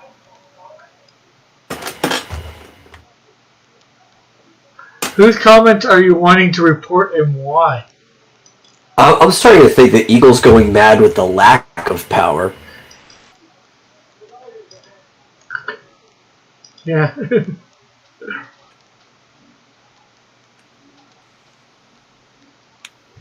Well, I'm thinking I'm going to end up putting this stuff in my safe because I'm going to be getting a safe soon because my wife is getting all of them a butt crack about the firearms in the house. Yeah. I'm probably going to get a safe, so I'll probably just end up throwing everything in there too with it. Makes sense. So you're getting a gun safe or Yeah, probably. probably. Or just, well, I'm not sure what size of guns you have. Probably going to end up. I think they're classified as gun cabinets. Yeah. They're not as, because I guess the difference is like a cabinet you can bolt to a wall, whereas a safe is super duper heavy that you bolt to the floor. Well, it depends on what type of safe, you know. I'm not sure That's what what size. he's explaining to you. Well, you can get a safe that you can just put on your desk or whatever, you know. No, Rick, is that a rifle safe? No, but I didn't know what size of guns you had, whether rifle or just a handgun. So if Don't you worry have a about what kind of handgun, gun I got, Rick. Don't worry about it. Yeah. You only need a gun safe for long guns like rifles. A handgun you could throw in any safe. Yeah. Well, he just said he was getting a safe, so it didn't say for sure. So anyway, you could save about $3,000 if you just get like essentially a gun cabinet, you know. And to be honest, I don't think there's really any difference. There might be some difference time-wise on how fast somebody can break into a safe versus a cabinet. But yeah. Who really cares? As long as it's kind of out of the way, you don't really see it, and it's also bolted to the framework of the house, it's going to be difficult. It really just matters structure and the lock, and that has nothing to do with the type of cabinet. It's all the manufacturer at that point. Your wife's in the chat and said, Derek, did you back the lottery today? Please win the millions upon millions jackpot. Also, hello, chat. I will go do that. The general question, and Timothy says, I'm sorry, Rick. This character would win the Mort of the Month in Wizard Magazine if it was still around. Oh, well. I don't remember that. What's the Mort of the Month? What is that? I remember the magazine. Timothy says also, duh, Rick. Oh, I don't remember the magazine. All I read was back issues. I think it was actually gone by the time I was old enough to read it. Yeah, I had a couple issues of Wizard Magazine. It was pretty cool, but it was expensive and it wasn't a comic, so it was like a side thing that you didn't want to waste money on. Yeah. Yeah, I bought a few ones of it. I did not get it every month either. I did get a drawing published in it of a comic fan art that I did. Oh, that's nice. Kingdom Comics says, I've profited off OS Silver, got like 100% return, turned 1,100 into over 2,000. I told my parents to invest in gold when it was like $200 an ounce. If they didn't listen, they'd be millionaires. Yeah, I bought a little. I only have like a couple of pieces of gold.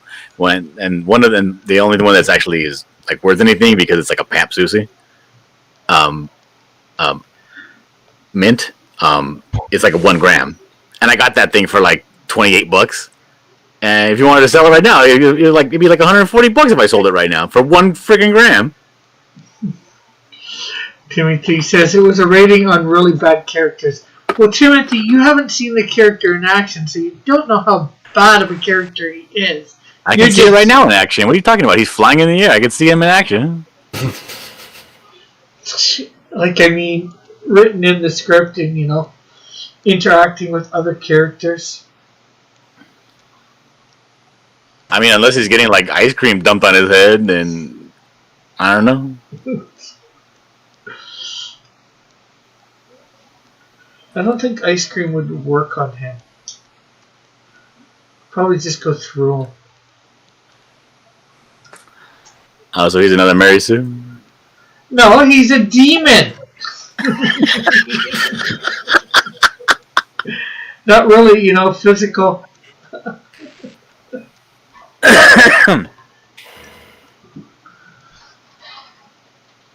You know, stuff, not too much of the physical plane would affect him.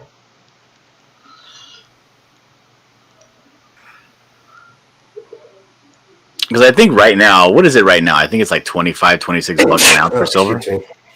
But gold is somewhere around 2,000 almost.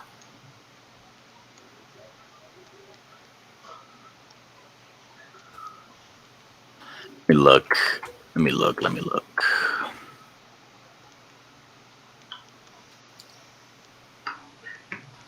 All right, today the live silver price is $25.62 an ounce, and gold is $1,857 an ounce. Gold is above platinum. Platinum's 1,100. Palladium is 2,400 an ounce, and rhodium is 21,500 an ounce.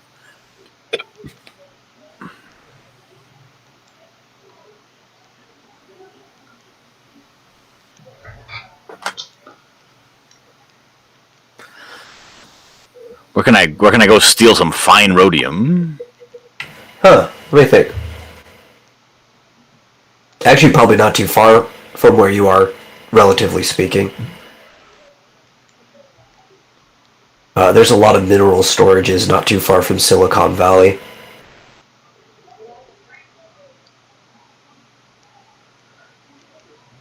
Yeah, go get some silicon from Silicon Valley. Well, that's not what he's trying to get. He wants the rhodium.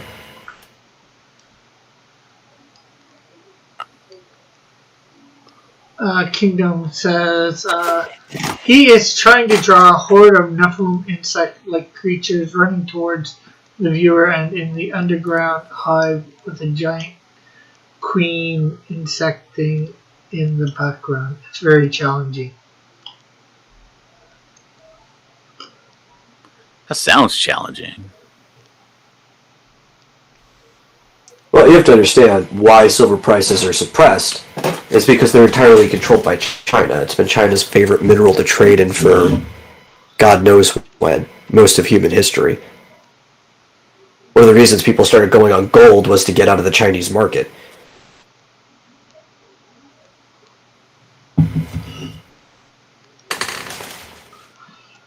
Mallet's here and he says, I may have won the lottery. Cool. Mallet, my best friend. Tell me all about it. I'd like to see the type of things Mallet would do with lottery money. They'd probably all be fairly smart, but there'd probably also be like some really stupid ones in there too. Eagle earlier wanted me to choose something here. He said, magic or health? For what, Eagle? This is interesting. I don't know about China and Silver's Kingdom. Mallet says, good Mallet, now you can fund Cross Comics Studios. First of all, he said, may have won. And then again, even if he did win, is it, the whole enchilada or, just, a couple bucks? Because, winning... it's pronounced enchilada. Okay. And who's doing the technical? I also know it's pronounced that way in English. It is.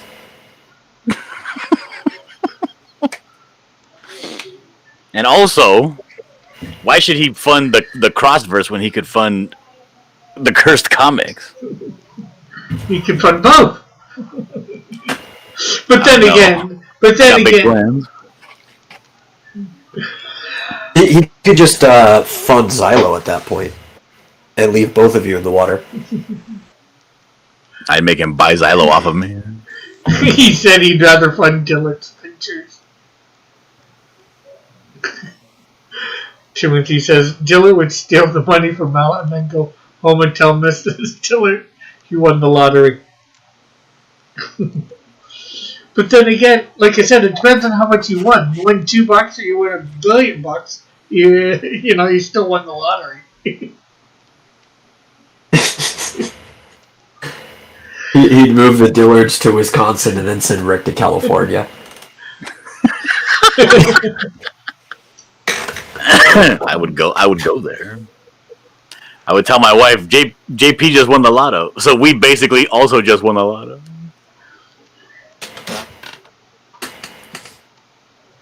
Hey, land out there's pretty cheap.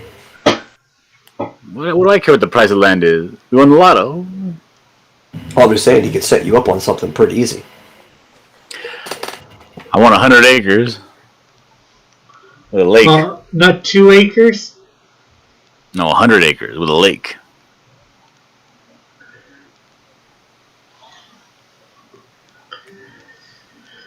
And someplace where I can build a bunker.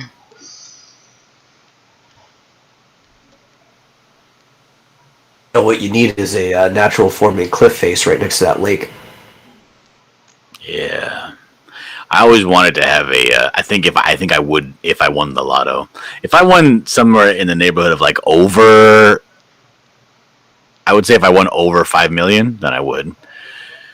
Anything under, I probably wouldn't. But I always wanted to have like an extension from the house, wherever the main house, an underground pathway that leads to an underground office under the lake. Yeah. With a glass aquarium style top. So I can see everything in the lake. All the bass and catfish and stuff in the lake and all that stuff above my head. That's a pretty structurally unsound design, but hey, if you're gonna go, at least you go out in style. No, I mean I would make it so that it was very sound. No, I mean the entire roof of the thing wouldn't be like all plexiglass or whatever. It would just be no, nice I know that. I just mean being it. that deep under the ground under a lake in the first place. Yeah. It would basically be a man-made lake, essentially. Yeah. A lot of concrete down there. Timothy, I probably wouldn't move to California. I'm smart enough not to go there to live. No, he's going to hire people to move you to California. He said he's sending you down there. This would basically be like the mob. He's going to move me down there. Well, the border government might have something to say about that. No, they'll be paid off. And Rick, if you think the American government is not corrupt enough to get paid off, you ain't been paying attention. Mallet says we own 100. Mallet says we own 130 acres, so I can find you a spot. So you can live with 30? I'm down with that. Because I'm gonna need 100 acres and a mule. And a mule. I'll bring the mule. That's all right. Well, that's about the only way that you'd get me to somewhat move to California. If you're moving to 100 acres with a mule, you at least should name your mule Eeyore.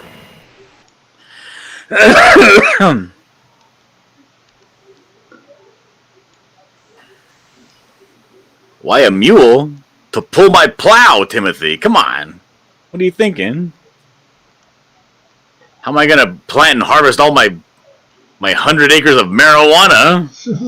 Yeah, why do you think frickin' the state would give people mules when they give them like their 10 acres of property? They expected you to actually use the property. It was part of the incentive. No, I wouldn't plant marijuana. I wouldn't plant anything. I would just make a big fence around my property and hang out with a rifle inside of it.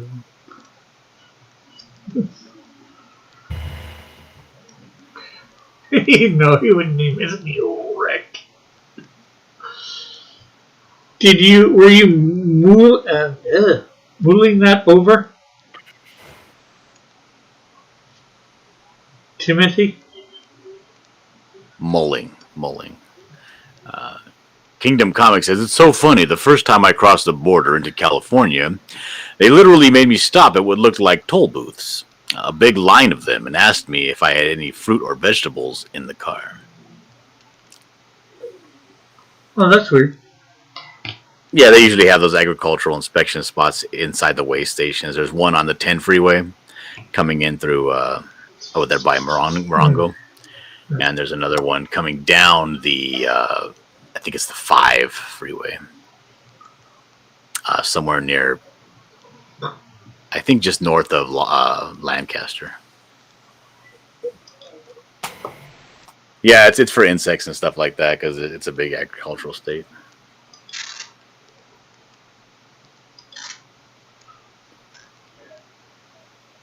So, for those that were not here this earlier this afternoon, here is a look at page 6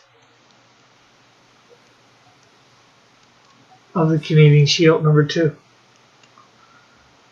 Why does this look like a screenshot from a phone? I don't know. Does he draw these on a phone? I don't think so. Is there any way you can make it like bigger? Like that? Like maybe zoom in on one panel, then zoom in on the next panel, and zoom in on the next panel. Yeah. And then the next panel. But, starting from the top, so we can see. It looks like he's running away with a baby. Well, his bag of whatever's in it. Well, what's in it? Probably a bunch of different guns. Maybe a little bit of money. Maybe a piece of clothing or two.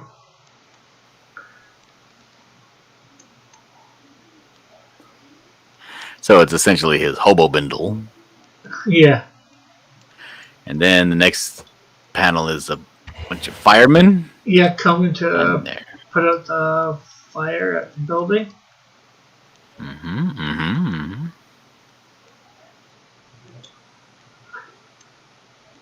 Canadian Shield outside. Is he a hobo supervillain?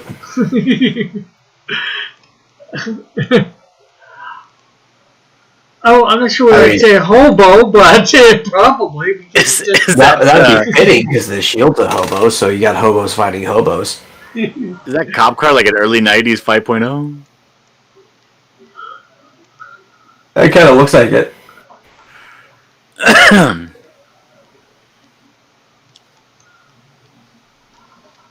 The Shield has a migraine. He's like, oh, no. No, it's just the sirens getting to him. Although I'm not sure whether they'd be getting to him at this point. I'd have to read the script what it says, but whether they'd still be going, but Are you gonna color that cop car like a taxi cab? no, I'm pretty sure that's going to be like RCMP, so for around that area, or maybe something local. I'm going to try and figure out what color their cop cars are up there. Yeah. Why do most Canadian cop cars look like taxi cabs? Some of them I know, well, at least here.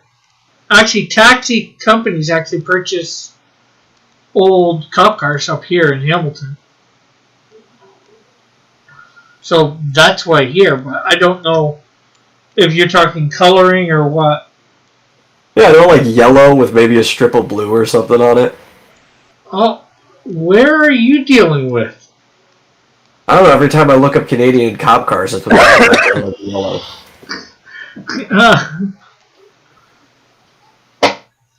Not sure. Hamilton ones don't look like that, or any ones around here. There's some other ones that are like white with blue and red stripes.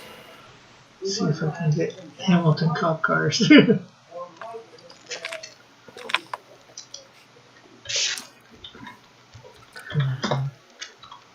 So watch out! Here comes Linda to correct you on what cop cars look Black and like. white.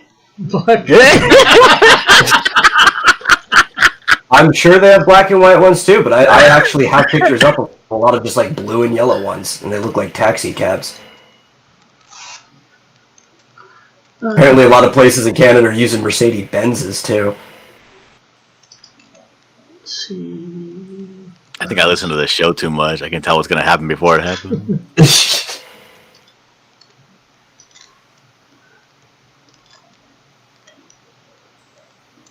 Here's a bunch of different black and white a lot, but there's other ones that look like that. Yellow ones are old. I can't even remember ever seeing a yellow one here in Hamilton. It looks like Arlene Atkins loves your way of storytelling, Rick. A big bag of whatever.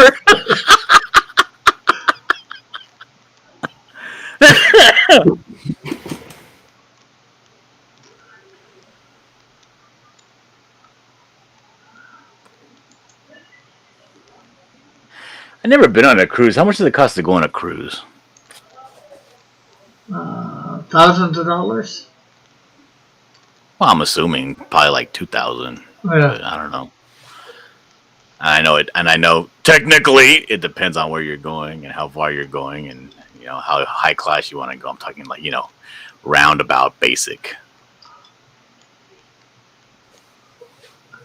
Mallet wants to do a GoFundMe for Linda so she can go on a cruise and never come back. That's me, Mallet. That is me. It depends, like, how much it costs you to get there, too. Right. So, like, out of the Gulf here. Oh my god! If I'm gonna kill myself right now, live on air. No, it's actually pretty cheap. Like, I'm telling you, it's cheap, right? If you drive to the Gulf, like to Galveston. Let's say I live in Riverside, California, and I'm like a hop, skip, and a jump from the beach. And these places that do cruises, and I don't need to worry about the cost to get there, or the cost of gas, or if whether or not I need to buy luggage. What does it cost to go on the cruise? Is what I'm asking. Well, that's why I was saying if you can get there yourself, I was going to cut that cost out altogether. It's like $1,200. Well, I didn't think you meant. We could make that happen for Linda. I didn't think you meant die, Mallet, but still go and never come back. That'd still be. Well, yeah, he meant go away and never come back to you. She would go on the cruise and end up hooking up with Jean-Philippe, the guy that does the cruise coordinator, I know people who go on $1,200 cruises all the time. That sounds like it's right up my alley. So that's like $1,400 for me and the wife. We might even take the kid. Who knows? Kid or kids? The kid. I'm not gonna take that baby. Hell no.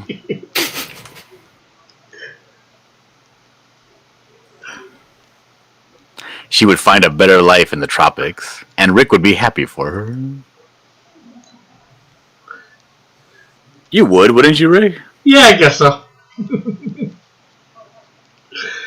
Maybe I'd join her in the tropics then. Oh my god, what a nightmare. She's all coming in from the balcony drinking her mimosa. Oh, that's also and then Rick Piper standing there in the doorway with his luggage. Hey, Mom, I came to visit. Possibly live here. Good, some discounts too, so that 1,200 cruise can drop down into like the 500 or 600s. I'm gonna go on an off-season cruise. Yeah, I really want to do the Alaska stuff, but they don't even have cruises during the wintertime. They won't do them.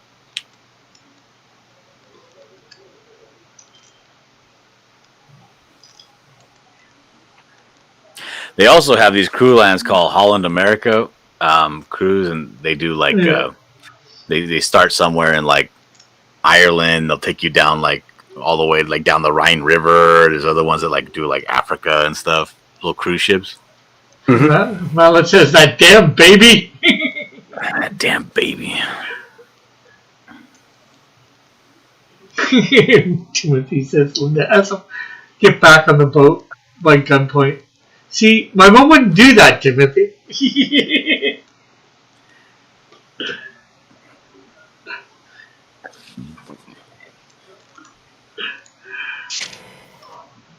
John, do a working cruise. I need to see this chat.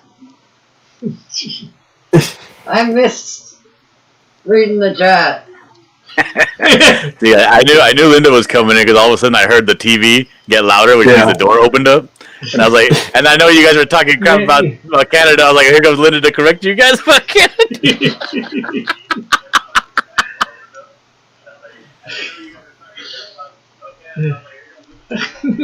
Mallet says, I bet we can censor.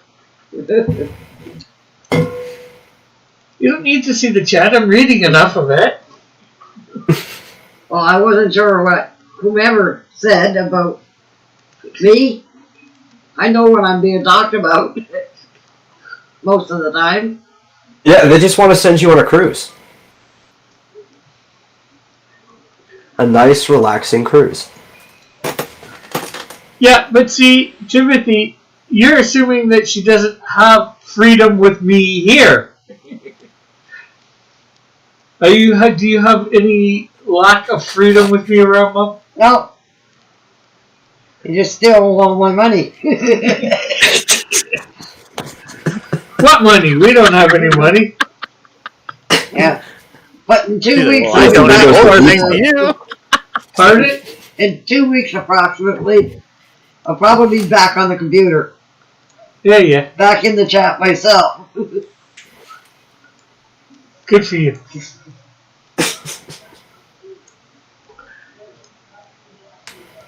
Blink twice if Rick is harming you. They wouldn't even be able to see if she was blinking or not.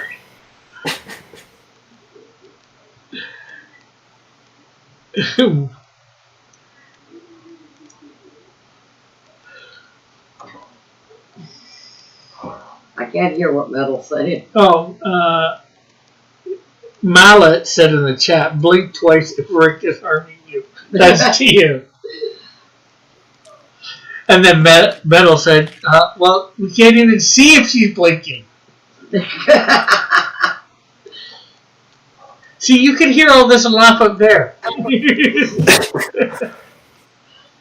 I know you prefer it when I had my own computer. Sometimes. Well, if you stopped stealing her money, she could have had her new hard drive already. But she got the new hard drive that's... Computer's still not working properly.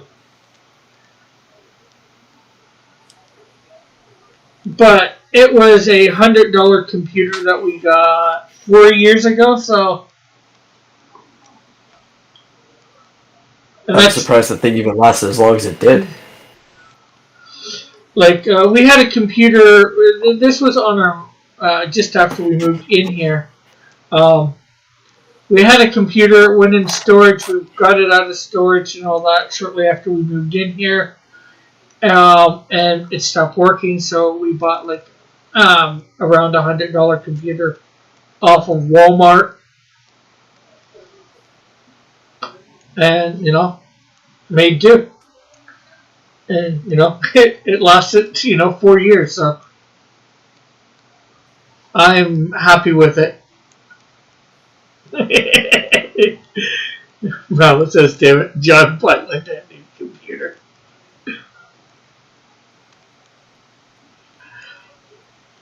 And I don't steal her money. We pay. Money goes on the bills. We don't have much after that. Arlene says, we can't hear a blink, but we could hear if she poked Rick real hard. Just a thought. That's only if I responded in some sort of cell. You just take like a broomstick and shoves it right into your side. Depends on whether I knew it was coming. If I knew it was coming, I could just grin and not do anything. If I don't know it's coming, might be a bit harder.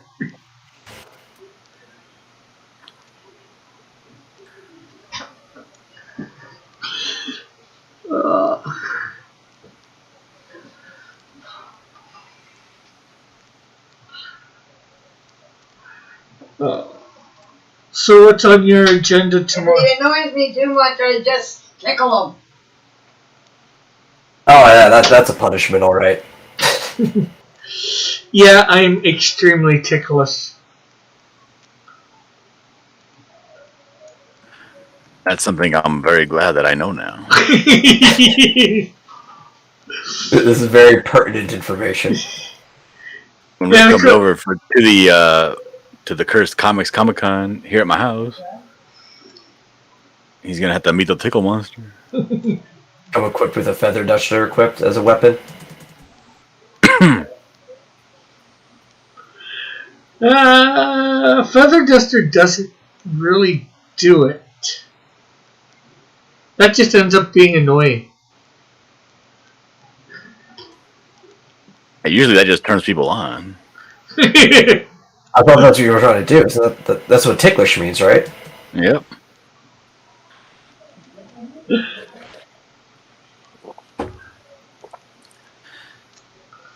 Depends on who's doing it too, Metal. Well, it would be me, Rick. It would be me. Well, then I don't think I'd be getting turned on by you tickling me. Well, you haven't seen me in action yet, just like they haven't seen this character in action. True, but I'm not into guys. Well, I'm not into your character.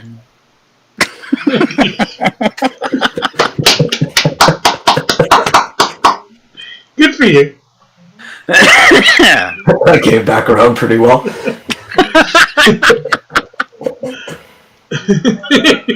Arlene's like, oh, is this stream about to get strange? And that was the last weird time we heard from Rick, says Timothy. Strange enough, though, Dillard somehow took over his shows. Hey, Dave. Dave is there? Yes. No, just one good heavy duty tickle. No?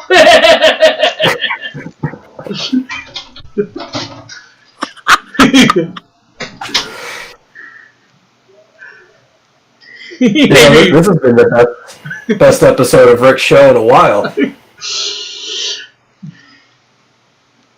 Yeah, see, Dave only got like within a foot of me. Barely even arm's reach. Then again, that's also because I'm sitting down trying to do this show too. So otherwise, I would move. I know. I think I'm gonna give Dave the MVP award for tonight. It was the effort that counted. Timothy says Dave's not here, man.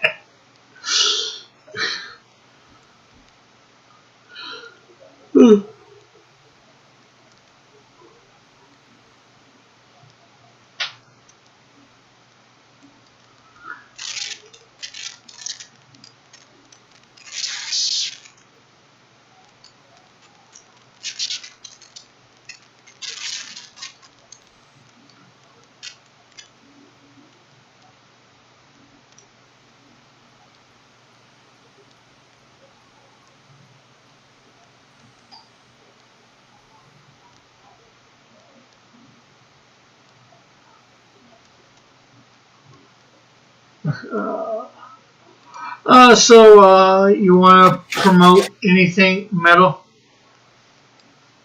What day of the week is it? Tuesday. Tuesday. Okay. That means we have a vomitorium tomorrow that everybody should come and check out. 6 o'clock Central Time. And I'll probably be streaming more Octopath Traveler later tonight. Cool. And John, anything you would like to promote? Yes, I'd like to promote my YouTube channel. It's called Dillard Draws. I'd like you all to go over there and subscribe because I'm going to be live streaming myself in just a little while. Cool. Okay, so thanks for John and Metal coming on tonight. It's been great having them on. And thanks everybody in the chat for coming by and talking and chatting and all that. It's been great having you all here. Hopefully we will be able to see you tomorrow on High Noon. And remember, if you haven't yet, go check out my coloring book over on Indiegogo. There is a link in the description. So we'll catch you all later. Bye for now. God bless. Love you all. Have a great and wonderful day, evening, night, whenever you're listening.